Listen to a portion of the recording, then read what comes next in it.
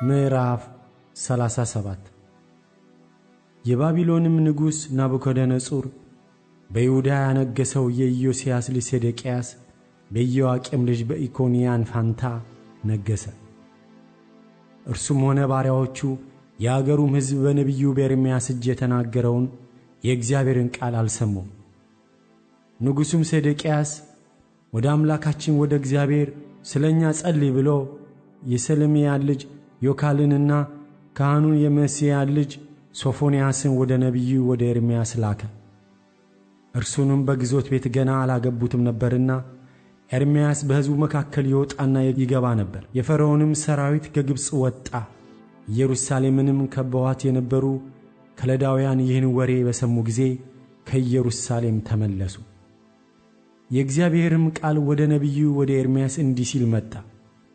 የእስራኤል አምላክ እግዚአብሔር እንዲህ ይላል፣ ከእኔ ትጠይቁ ዘንድ የላካችሁን የይሁዳን ንጉሥ እንዲህ በሉት፣ እነሆ ሊረዳችሁ የወጣው የፈርዖን ሰራዊት ወደ አገሩ ወደ ግብፅ ይመለሳል።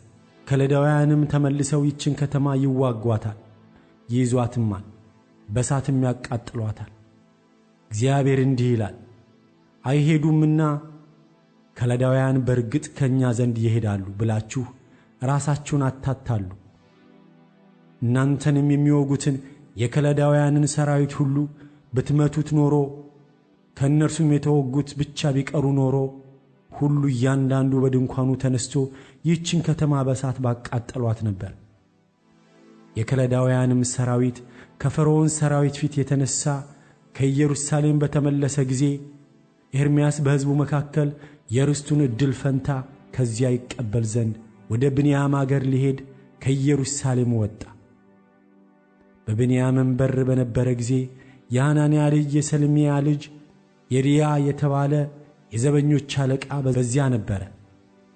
እርሱም ወደ ከለዳውያን መኰብለል ነው ብሎ ነቢዩ ኤርምያስን ያዘው። ኤርምያስም ሐሰት ነው፣ ወደ ከለዳውያን መኰብለል አይደለም አለ። እርሱ ግን አልሰማውም። የሪያም ኤርምያስን ይዞ ወደ አለቆች አመጣው። አለቆቹም ተቈጥተው ኤርምያስን መቱት። የጸሐፊውንም የዮናታንን ቤት የግዞት ቤት አድርገውት ነበርና በዚያ ኖሩት። ኤርምያስም ወደ ጉድጓድ ቤት ወደ ጓዳዎቹ ገባ። ኤርምያስም በዚያ ብዙ ቀን ከተቀመጠ በኋላ ንጉሡ ሴዴቅያስ ልኮ አስመጣው። ንጉሡም በቤቱ በውኑ ከእግዚአብሔር ዘንድ የሆነ ቃል አለን? ኤርምያስም አዎን አለ። ደግሞም በባቢሎን ንጉሥ እጅ አልፈህ ትሰጣለህ አለ። ኤርምያስም ደግሞ ንጉሡን ሴዴቅያስን እንዲህ አለው፣ በግዞት ቤት የጣላችሁኝ አንተን ወይስ ባሪያዎችህን ወይስ ሕዝብህን ምን በድያችሁ ነው?